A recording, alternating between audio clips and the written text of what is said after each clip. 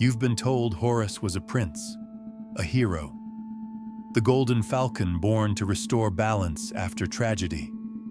But what if that was only the bedtime story? What if the truth was something far colder? What if Horus wasn't born to heal, but to hunt, to avenge a crime older than Egypt itself? Not a boy, not a god, but a living curse forged in feathers and wrath unleashed by ancient hands to settle debts in blood.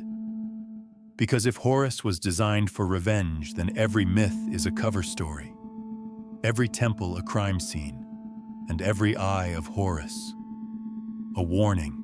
But let's take a breath. You don't need to believe that, not yet. The sand has held its secrets for millennia, and it doesn't whisper them all at once. So for now, lean back. Let the wind shift through time. Let the stones speak slowly. We begin our descent somewhere along the Nile, where the river once gleamed like a ribbon of molten bronze, and the gods felt close enough to touch. In those early dynasties, the story of Horus was already carved into stone, presented as the comforting tale of a righteous heir avenging a fallen father.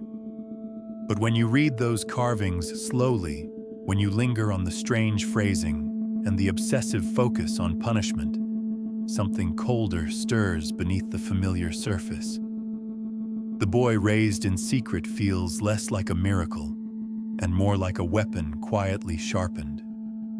Even the temples seem to echo with training rather than tenderness, as if every hymn were preparing him for a single terrible purpose. And that is where the real mystery begins. Before we venture further into the shadows, take a moment to subscribe so you never miss a secret that history has tried to forget. The sky had just stopped bleeding when Horus was born, or so the story goes. The myths say Isis gathered the broken pieces of her murdered husband Osiris, and with a whispered spell and the breath of divine will, conceived a son amid the reeds of the Nile Delta. But even this tale, tender at first glance, glows strangely under closer firelight. It is not a birth wrapped in joy.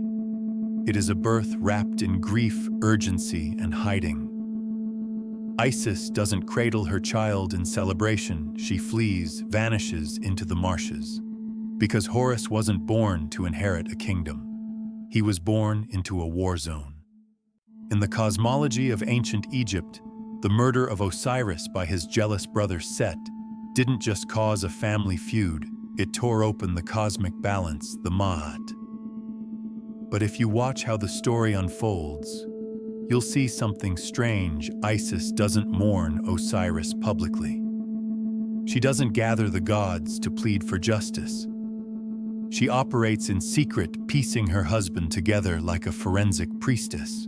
And when Horus comes into being, she doesn't raise him among the other gods.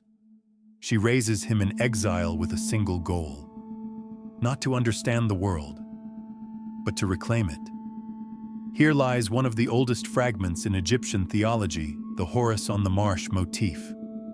A divine child, growing not in sunlight, but in the reeds, surrounded by danger, watched over by scorpions and silence.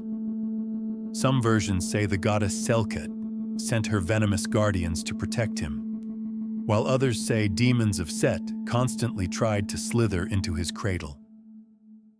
In either case, Horus's infancy is not soft. It is a military nursery, an upbringing steeped in trauma, survival, and mission. Archaeological records from temple walls at Edfu and Dendera reinforce this narrative tone. Inscriptions speak of Horus being trained, taught spells, and equipped with divine weaponry from a young age. One particularly eerie depiction shows him holding a sickle, staring down a serpent, his face eerily calm. It's meant to evoke divine courage, but it also feels like indoctrination. A celestial child soldier preparing for a war he didn't start, but was expected to end. Modern Egyptologists have wrestled with this paradox. On the surface, Horus is framed as a savior, a restorer of Ma'at. But why is so much of his story about conflict? Why so little focus on learning joy or even doubt? Scholars like Geraldine Pinch have pointed out that Horus, unlike other youthful gods, seems born fully burdened. No mischief, no childhood errors, only strategy. Even Thoth, the god of wisdom, plays a secondary role, advising, guiding, but never intervening. Because Horus must rise not as a thinker, but as a weapon. Of course, some argue this is simply narrative structure. Myths like epics love clean lines. Good avenges, evil light overcomes shadow. But even then, why the persistent emphasis on military upbringing, ambushes, magical duels, and assassination attempts? Why the obsession with bloodlines, vengeance, and legacy? An obscure fragment from the pyramid texts may hold a clue. It reads, "He is not born, he is constructed." The line is ambiguous, often translated symbolically to mean divinely formed. But taken literally, it suggests something far stranger, that Horus's birth was not natural, but engineered. That he wasn't just a divine accident of grief and magic, but a calculated act of retaliation. Isis, in this interpretation, does not simply grieve. She creates a weaponized heir coded in vengeance. And here we return to that unsettling detail from Section 1. The eye of Horus watching from temple walls, not soothing, but surveying. If Horus was shaped in hiding, trained in silence, and born into tactical exile, then the question becomes clearer: who designed him this way? Was it Isis alone? Or was there a silent council behind the myth gods who decided Set's crime must be answered, not with balance, but with annihilation? Because if Horus was born not from peace but from war, then every temple that celebrates his rise also celebrates a god's cold decision to make war eternal. And every statue of mother and child in Egypt's sacred halls might not be a portrait of divine love, but the quiet unveiling of a plan for revenge.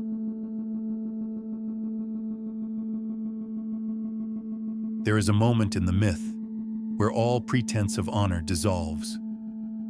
Set, the god of chaos, stands defeated, not slain in battle, not toppled by brute force, but torn apart in pieces, his body desecrated by the one he once mocked as a child.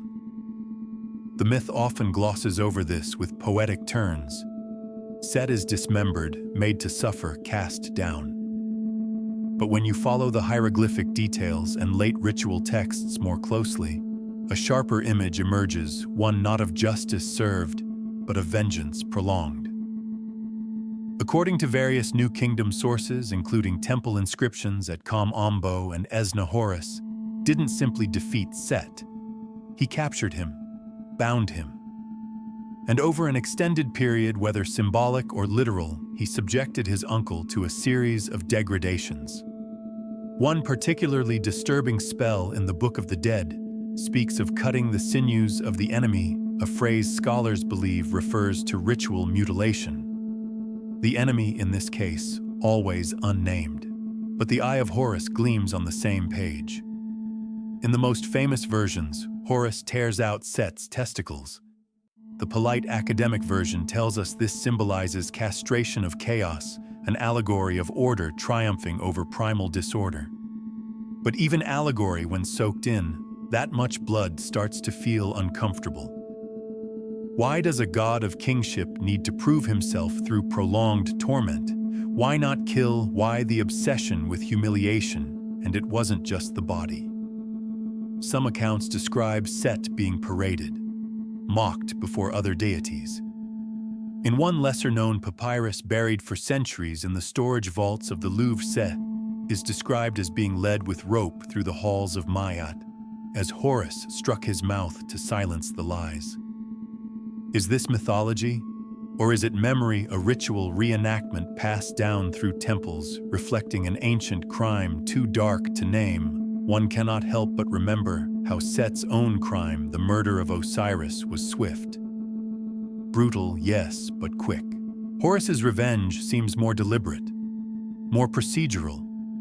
It feels less like passion and more like programming, which calls us back to that cryptic verse from the previous section: he is not born, he is constructed. If Horus was constructed, then perhaps so was his script for revenge. Some historians have floated a controversial theory that the myth of Horus was altered during Egypt's later dynasties to justify the systemic erasure of rival cults, particularly the cult of Set, which once thrived in Upper Egypt. As Horus gained power politically, religiously, Set had to be neutralized, not just as a character, but as an idea. What better way than to mythologize his destruction with grotesque detail, turn divine revenge into sacred ritual? And ritual repeated long enough becomes memory, becomes truth. There's a ceremonial script from the Temple of Dendera used during the annual Defeat of Set festival, where priests would build a clay effigy of Set, then ritually bind, burn, and trample it while chanting verses attributed to Horus. These chants are not poetic. They are direct, military, cold. He shall not rise.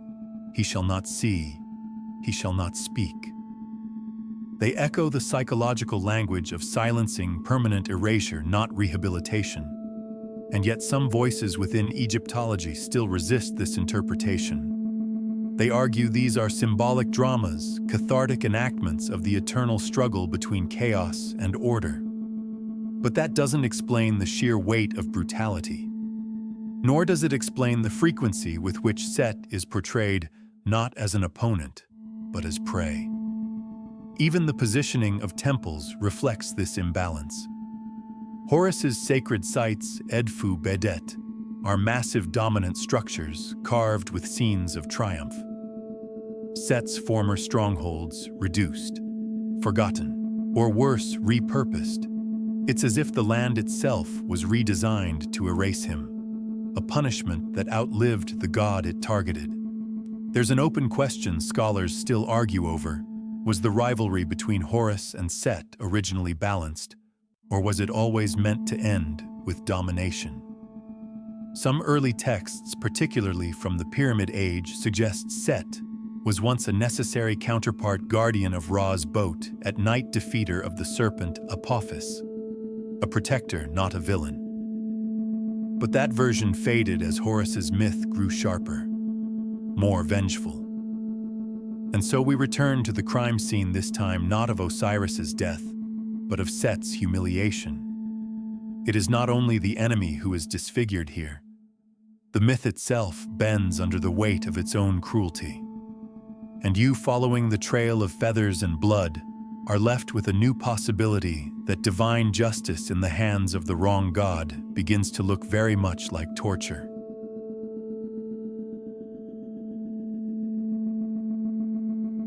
It is said the war between Horus and Set lasted 80 years. 8 decades of duels, disputes, and divine arbitration, where the heavens themselves were split by the echo of unresolved rage. But in a universe of gods, 80 years is not just a long war, it is a statement, a wound left open. And that invites an unsettling thought: was this conflict truly about justice? Or was it the performance of something older, something colder, a vendetta staged like a cosmic opera, where no one intended peace to ever arrive? The classical myth often softens the outline.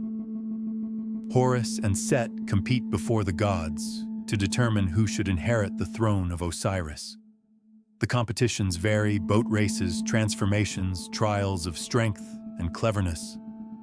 At first glance, these episodes resemble tests of merit. But when read chronologically, they begin to feel less like fair trials and more like strategic warfare dragged out under the guise of formality. There's an absurdity to them racing in boats made of stone, shape-shifting into hippopotami to outlast one another beneath the Nile. But behind that absurdity lies a deeper pattern escalation. One version from the contendings of Horus and Set, preserved in the Chester Beatty Papyrus, describes a tribunal of gods convened under Ra's authority. But the sessions are filled with delays, refusals, and manipulation. Set accuses Isis of sorcery. Isis tricks Set with a tale of two brothers. Thoth intervenes. Ra broods. The gods waver. And all the while Horus grows sharper. Less the grieving son, more the calculating claimant. In one episode, he seizes the crown by force when the tribunal delays yet again a silent declaration that justice has nothing to do with permission. The most visceral of these duels ends with Horus gouging out Set's testicles, only to have Set retaliate by tearing out Horus's eye. A divine eye for a divine wound. The world hangs in limbo, and yet even after both gods are maimed, the war does not end. Instead, the myths reset. Another contest begins. Another tribunal, another trick. This endless rhythm starts to feel familiar, like the machinery of revenge grinding slowly, inexorably forward. Not a trial, a trap. Archaeological evidence mirrors this mythic standoff. Reliefs at the Temple of Edfu depict Horus sailing into battle against Set's forces across sacred marshes. These are not allegorical scenes. They are structured like historical campaigns, complete with named generals, battle formations, and geographic markers. Scholars like Siegfried Moritz have proposed that these mythic wars may reflect real political divisions, Upper versus Lower Egypt, competing priesthoods, encoded as gods in conflict. If so, the myth of Horus and Set wasn't just a story. It was a script for Rule 1 that justified ongoing consolidation of power under the banner of divine lineage. A lesser-known inscription from the temple at Dakhla even suggests that local rulers enacted these battles in ritual form, dressing as Horus and Set, to dramatize their rivalry before the people. But what message does that send, that leadership is earned through wisdom, or that rule belongs to the one who endures longest in chaos? The most controversial interpretation, whispered in only a few academic circles, is that the war was never meant to end. That Horus's design, his very function, was not to secure justice, but to prolong the punishment, like a celestial algorithm looping forever. In this model, the god's indecision was not incompetence, it was complicity. Each delay allowed Horus to harden. Each postponement ensured Set's slow unraveling. And in the end, when the verdict finally came, it no longer mattered. The damage had already been done. And so we must return to a line from earlier chapters, now made more haunting by repetition: he is not born, he is constructed. Perhaps Horus was built not only for vengeance, but for endurance. A being sculpted not just to destroy Set, but to unmake him gradually over time across planes of myth and memory. Because if this war was a blood feud cloaked in ritual, then justice was never the point. The point was persistence. And the myth we tell ourselves today about gods debating in halls of light might simply be the final layer of disguise wrapped carefully around the oldest crime in heaven, revenge without end.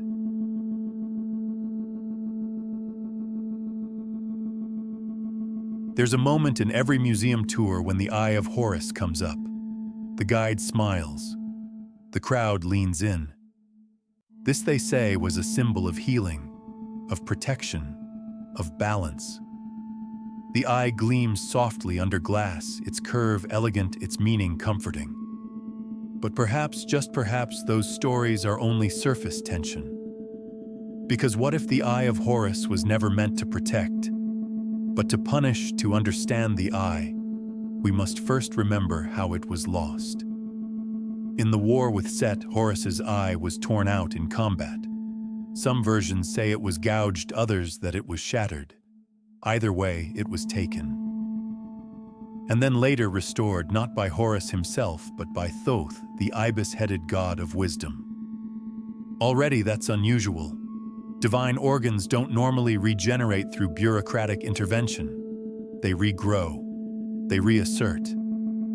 But here a third party intervenes. Repairs. Patches. like a craftsman restoring a device to function. That phrasing might seem odd until you realize that many ancient Egyptian texts refer to the Eye of Horus, with terminology more fitting to tools than body parts. It is recalibrated. It is measured. It is returned to its function. The Eye of Horus was also known as the Wedjat, a term implying wholeness, yes, but also surveillance. In the coffin texts and Book of the Dead, the eye watches. It judges, it follows. This is no passive ornament. It is a sensor, a presence, and its geometry. That's where things get stranger. Ancient scribes broke the eye into mathematical components, one part for sight, one for hearing, one for smell, taste, and so on. But when you add up the fractions, you don't get a full unit. You get 63/64. The eye is incomplete, always missing something, always watching through a slight distortion.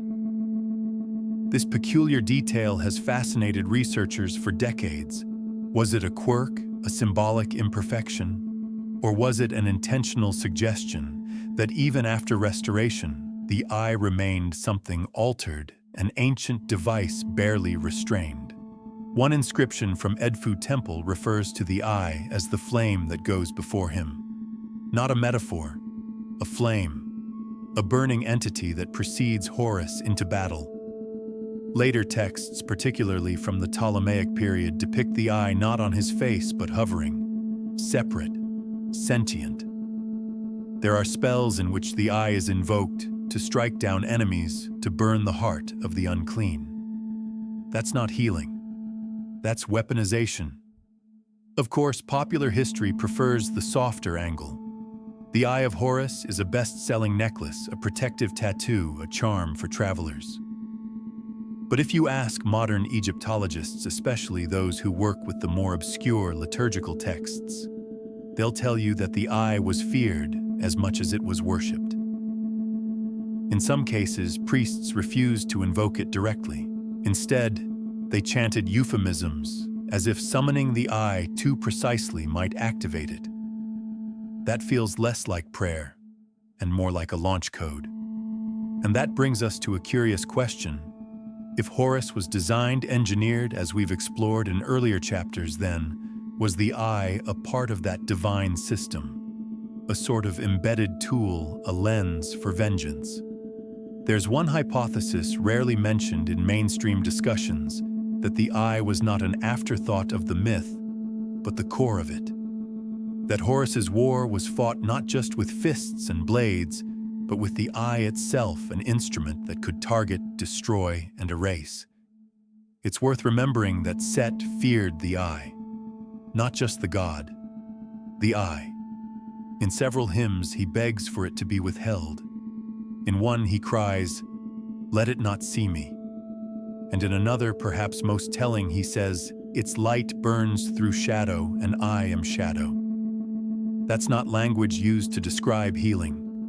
That's a wanted man begging the spotlight to stay dark. The cult of Horus, particularly in Edfu, eventually ritualized the eye into processions. It was not carried like a relic. It was escorted, surrounded by guards. Incense burned. Chants were whispered. Sometimes it was floated down the Nile by itself, as if the eye had its own pilgrimage to make, its own vengeance to fulfill. And in this glowing symbol, polished and sold today as a harmless trinket, we find a lingering echo of something more ancient, more lethal. The Eye of Horus may have started as a body part, but over centuries it became something else. A divine drone, a flame with memory, a tool of a god not yet done with his war.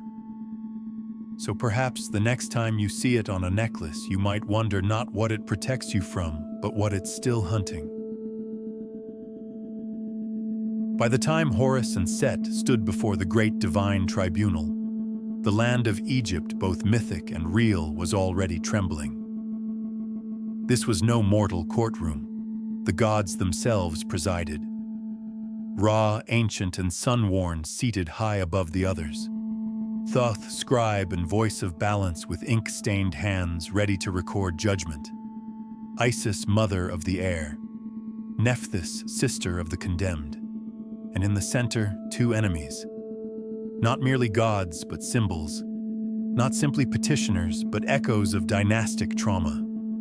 You might think this was the moment for reason, for cosmic balance. But what if it was all an illusion, a trial built not for truth, but for spectacle? The records we have, particularly from the contendings of Horus and Set, paint the tribunal as a mess of indecision and divine bickering. Ra waffles. Thoth observes but rarely intervenes. Even Geb, father of the brothers, seems unsure. The gods argue not about evidence but about loyalty and legacy. Ra, interestingly, often favors Set. His reasoning, that Set, is strong. Necessary for defending Ra's solar bark during its nightly journey through the underworld. The implication is clear: utility matters more than morality. Which begs the question, how impartial can a court be when the judges are already invested in the accused? Isis, ever cunning, tries to manipulate the process. In one tale, she disguises herself as a commoner and tricks Set into condemning himself. When he realizes he's been fooled, he lashes out not just at Horus, but at the system itself. He storms from the court claiming the process is a farce, and perhaps he's right.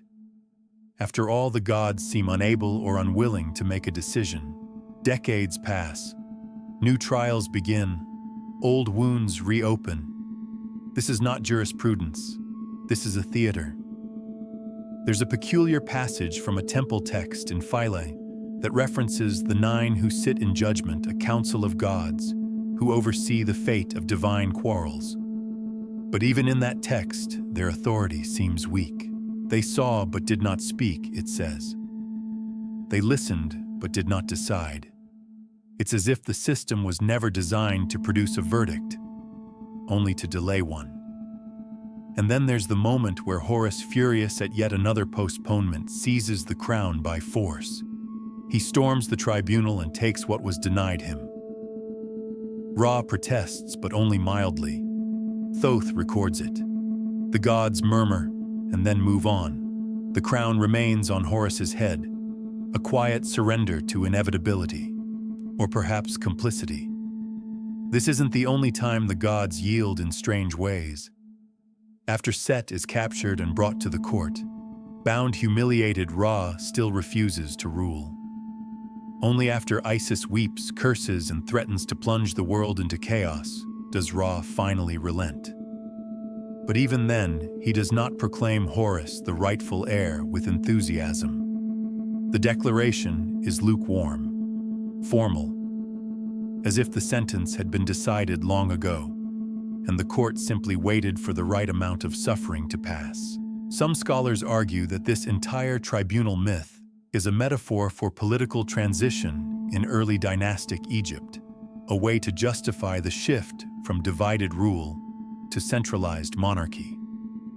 But others see something deeper, that the trial wasn't a forum to resolve conflict. It was a machine to prolong it. A divine mechanism through which vengeance could gestate. Refined, sanctified, made acceptable not through mercy but through delay. And that brings us back to Horus, not as a petitioner of justice, but as an executor of a larger plan. If the gods never intended to judge Set, perhaps they intended to expose him, to let his guilt fester, to let Horus sharpen. Because in every delayed verdict, in every postponed decree, Horus grows less like a grieving son and more like a divine prosecutor gathering ammunition. The most damning suggestion comes from a fragment at Karnak, where an anonymous priest writes, "Justice was not spoken, it was watched." That phrase haunts the entire myth, because if justice is watched, not spoken, what is it really? A performance, a warning, or a trap?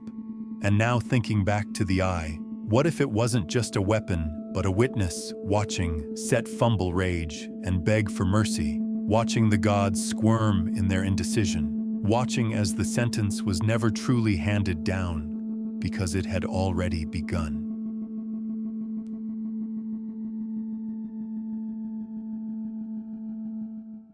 Edfu stands quietly now, just a stretch of sun-bleached stone on the west bank of the Nile. But once it thundered. Once it whispered secrets onto walls with carved talons and god ink. It is here, far from the courtrooms of myth and the polished temples of polished gods, that a different Horus emerges. Not the avenger, not the son, but the general, the tactician, the commander of a war still hidden beneath ceremonial smoke. Because if the walls of Edfu tell the truth, then they do more than honor Horus. They map his campaign. They offer blueprints not for theology, but for execution. The Temple of Edfu is a masterpiece of Ptolemaic ambition, built long after the myths of Horus had settled into cultural bedrock. But the stories it preserves are far older. Its inscriptions draw from what priests claimed were divine scrolls passed down through oral memory from before the dynastic age. And these are not bedtime stories. They read like battle reports. They describe cities aligned with Set, rebel provinces, strategic ambushes, even celestial weapons described with such specificity, scholars still debate whether they were allegorical or something more. One passage speaks of a house of the morning flame, a fortified stronghold built to contain Set's influence. Another describes Horus arriving in the winged form, striking down enemies with the sound that silences. These phrases, poetic on their surface, begin to sound strangely logistical. A fortress, a coordinated strike, a frequency or blast that subdues without touch. Suddenly, the myth reads like a war manual where every enemy of Osiris is not merely punished, but systematically erased. There's a sequence on the north wall, a series of 12 reliefs showing Horus in motion. In the first, he receives commands from Ra. In the next, he surveys the battlefield. Then, he dons armor, summons allies, and marches. No courtroom, no tribunal, just divine preparation. In the 8th scene, he stands atop a pyramid of bodies. In the final panel, he kneels beside Isis, presenting a scroll. A scroll, scholars believe, is the Book of Conquest, now lost or hidden, or perhaps never real. But something about the rhythm of those panels feels disturbingly modern. Strategic objectives, tactical phases, mission report. What's more troubling is how these depictions align with the prior patterns we've seen: Set's humiliation, the rigged tribunal, the surveillance of the eye. It's as if each element was designed not in isolation, but as part of a long, meticulous campaign. And if the Temple of Edfu reflects even a portion of that strategy, then it confirms what we've only suspected: Horus didn't just respond to a murder. He prepared for it. Long before Set fell, long before Isis wept. The war wasn't reaction. It was design. There's also a peculiar detail many tourists overlook. Beneath the main sanctum lies a crypt sealed for centuries, reopened in the 19th century, then quickly sealed again. Inside were fragments, not relics, not offerings, but broken tablets inscribed with what one early French archaeologist described as calculations of divine alignment, angles, dates, stellar conjunctions. If authentic, they suggest Horus's campaign was timed astronomically, unfolding not in passion, but in planetary precision. The sky in this telling was not witness, but ally. And here, for the first time, we must pause and ask if this revenge was so coordinated, so exacting, who truly orchestrated it? Was Horus acting alone, Or was there a council behind the curtain, elder gods and priest kings, each playing their part in a vengeance spanning lifetimes? The scrolls of Edfu raise more questions than answers. They challenge the softness of myth. They strip away the moral polish. And they present a Horus not born in grief, but in strategy. Not raised to restore, but trained to dismantle. One final inscription, often skipped by casual observers, rests high above the temple gate. It reads, "Let all who enter speak no falsehood, for the falcon sees." It's poetic, sure. But after 6 chapters of surveillance, tribunal delay, and strategic conquest, it sounds a lot like a warning. Because here in the stone bones of Edfu, history doesn't remember a hero. It remembers a plan. The myth of Horus may have ended in celestial triumph, but on Earth the story didn't stop. It multiplied. It hardened. It put on the faces of kings. Across temple walls and granite obelisks, pharaoh after pharaoh declared himself the living Horus, not metaphorically, but formally. It was not a title borrowed out of reverence. It was a mantle. In fact, it became one of the 5 great names every ruler was expected to carry. And if Horus was not a god of peace, as we've now explored, but a divine weapon of vengeance, then what exactly were those kings claiming to become? From the earliest dynasties, rulers are seen clutching the crook and flail, symbols of protection and punishment. But it's the Horus name that always comes first, before son of Ra, before any personal lineage. A name preceded by the image of a falcon perched atop a rectangular frame. Historians call it a serek, but what if that frame isn't just a symbol of the palace facade, as they say? What if it's a targeting window, a mechanism by which Horus, the real Horus, continues his campaign through flesh? Consider this: Narmer I of Egypt's first kings bears the Horus name in his victory palette. That artifact, famous for its scenes of conquest and beheaded enemies, shows Horus leading Narmer in subduing Lower Egypt. Not as inspiration, as companion, as presence. The god is not watching, he's guiding. The king is not avenging Osiris, he is avenging Horus's unfinished war. And this pattern repeats across dynasties. Inscriptions show Ramses II offering captives to Horus. Thutmose III invokes Horus before military campaigns. Even Akhenaten, the so-called heretic, doesn't abandon Horus entirely. He merely reframes the falcon's gaze. The gods shift, yes, but Horus remains, eternal, quiet, waiting, or perhaps directing. In the Book of the Temple, a manual used to train priests in Ptolemaic times, there's a passage detailing the transference of divine will into the body of the chosen, a pharaoh. The divine will never named, but always winged, always burning. This idea that the pharaoh channels not just the favor of the gods, but the agenda of one, turns the king into more than a ruler. It turns him into an extension, a mobile node of a celestial campaign that never ended. There's also a strange pattern in royal violence.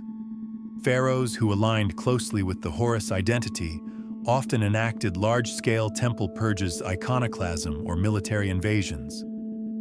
Pepi I destroyed rival cults. Seti I erased records of Set. Even Cleopatra VII, though late in the dynastic line, maintained Horus temples while politically aligning with gods of vengeance. It's as if each ruler, consciously or not, carried forward some ancestral mandate, a blood code etched into their throne. And this is where the scarier thought creeps in. If Horus was created for vengeance, and if his essence was transferred into pharaohs, then perhaps vengeance became a national policy. Not justice, not peace. Just the slow, methodical elimination of those marked by the falcon's eye. Some fringe Egyptologists argue that even the architectural alignment of temples, often east to west, falcon-facing, suggests a kind of surveillance grid, an earthly system meant to mirror the divine campaign laid out in places like Edfu. And in that grid, the king was not the architect, he was the instrument. Even more unsettling is a quiet admission found in a scratched graffito in the Valley of the Kings. It reads, "He watches still, through us," carved by a worker perhaps, or a priest, or someone who understood that when a god like Horus doesn't die, he doesn't sleep either. He moves, he rides bodies, he wears crowns. So when we think of the line of kings stretching back into myth, perhaps we should stop calling them descendants. Maybe they were deployments.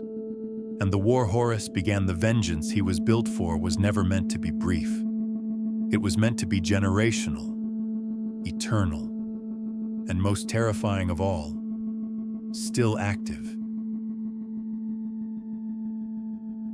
There's a strange kind of silence in Egyptian history, an absence so profound it almost hums. Set, once a mighty god of storms, strength, and necessary chaos, begins to vanish. Not all at once, not through a single decree, but slowly, surgically, over centuries. His temples close, his images are chiseled out, his name fades from prayers. And the most curious part, no one officially admits it happened. No declaration, no priestly edict, just a quiet, methodical erasure, as if a long campaign had finally ended and the victor didn't need to shout. In the Old Kingdom, Set was a protector, one of the few gods brave enough to fend off the serpent Apophis during Ra's nightly journey through the underworld. He was difficult, yes, but necessary, a counterweight to complacency. By the time of the Ramesside period, however, that balance begins to tip. Set's role shrinks, his stories twist. Suddenly he is not strength, he is betrayal. Not a warrior, but a villain. The narrative turns, and no one seems surprised. Historians have long debated this transformation. Some argue it reflects political changes, perhaps the decline of regions associated with Set's worship, or a shift in priestly favor. But others see something more coordinated, something deeper. A divine purge not born of theology, but of vengeance. And who would benefit most from Set's disappearance? Horus. Earlier we followed the war between them, the rigged trials, the weaponized eye, the blueprints carved in stone. Now in this chapter, we examine the aftermath. Because every victory leaves a mess, and Horus's final victory seems to have been not just over a rival god, but over memory itself. At the Temple of Ombos, once a major center for Set's cult, most of the walls are bare, not blank bare, scraped, intentionally stripped. A few fragments remain depictions of Set, in his strange composite animal form, the Shah, as scholars call it, part aardvark, part greyhound, part nightmare. But even these are faint. In some cases, his snout has been ground down. In others, his name replaced with Horus's. A few miles away, in what remains of the Temple of Nub-Set's traditional stronghold excavations, revealed something even stranger: sacred relics buried upside down. Scepters, amulets, stone altars flipped and crushed under new flooring. The priests hadn't just abandoned Set, they had punished him posthumously. A symbolic execution encoded in architecture. There's one relief found at Karnak, though clearly recarved from an older block, where Horus is depicted not merely defeating Set, but erasing him. In the scene, Horus lifts a writing reed and scratches out a name. Around him, Thoth and Ma'at look on, not with horror, but approval. It's a quiet moment easily overlooked, but it may be the most telling of all. In this mythic tableau, the god of kingship is not slaying chaos with a sword. He is striking through it with silence. The process continued into later dynasties. By the time of the Ptolemies, Set's name is nearly unspoken. In popular amulets and murals, Horus is triumphant, radiant, eternal. The falcon wings spread over everything: palaces, tombs, scrolls. The enemy, once necessary, has become an unperson, a deleted file in the divine archive. Even the stars reflect the shift. Set's association with certain constellations, once fixed and bright, are reassigned to other gods. The sky, too, participates in forgetting. But was this forgetting spontaneous, or was it commanded? Some fringe researchers believe the Temple of Edfu's final rooms contain a ritual never meant for public eyes, a rite of obliteration. Not just physical, not just symbolic, but metaphysical. Designed to unmake a god by removing every point of contact with belief. No shrines, no prayers, no stories, just void, just. And within that ritual, a chilling phrase, "Let his name rot." The same curse used by Egyptian kings when condemning a traitor to damnatio memoriae, the punishment of being erased from time. If true, it suggests Horus's revenge didn't end with Set's defeat. It continued until Set was removed from reality itself, until no child could speak his name, until no priest dared light a candle in his honor, until no temple echoed with his footsteps. Not a god punished, but a god undone. And yet, in some desert shrines far from the Nile's green embrace, fragments survive. Little statues, faces smoothed by time, buried beneath layers of sand and denial. Someone kept them. Someone remembered. A whisper against the storm. A trace of a war that never truly ended. Because vengeance, even divine vengeance, leaves fingerprints. And the erasure of Set may not be the mark of justice fulfilled, but of victory overstepped. Of a weapon that kept firing long after the war was over.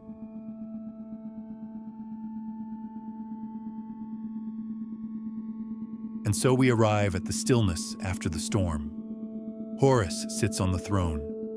The temples shine with his image. The eye has returned. Set is gone. The records are silent. The rituals one-sided. And yet the air remains heavy. Not with triumph, but with something unfinished.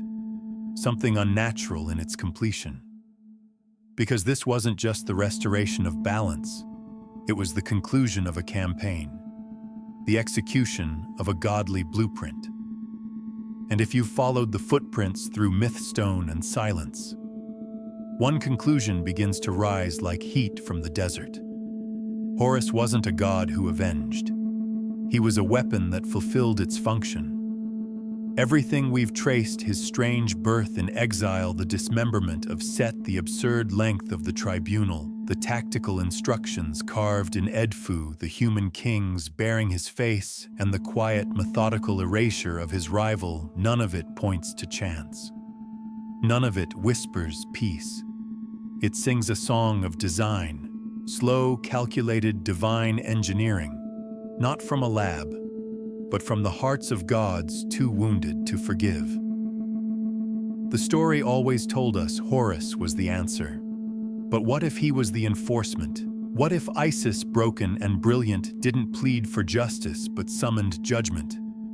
What if the gods themselves, tired of chaos, tired of trials, built him, shaped him, released him, and stepped aside? Because gods, even immortal ones, don't like to get their hands dirty. But they do like clean results. Horus was a clean result. And the eye never blinked.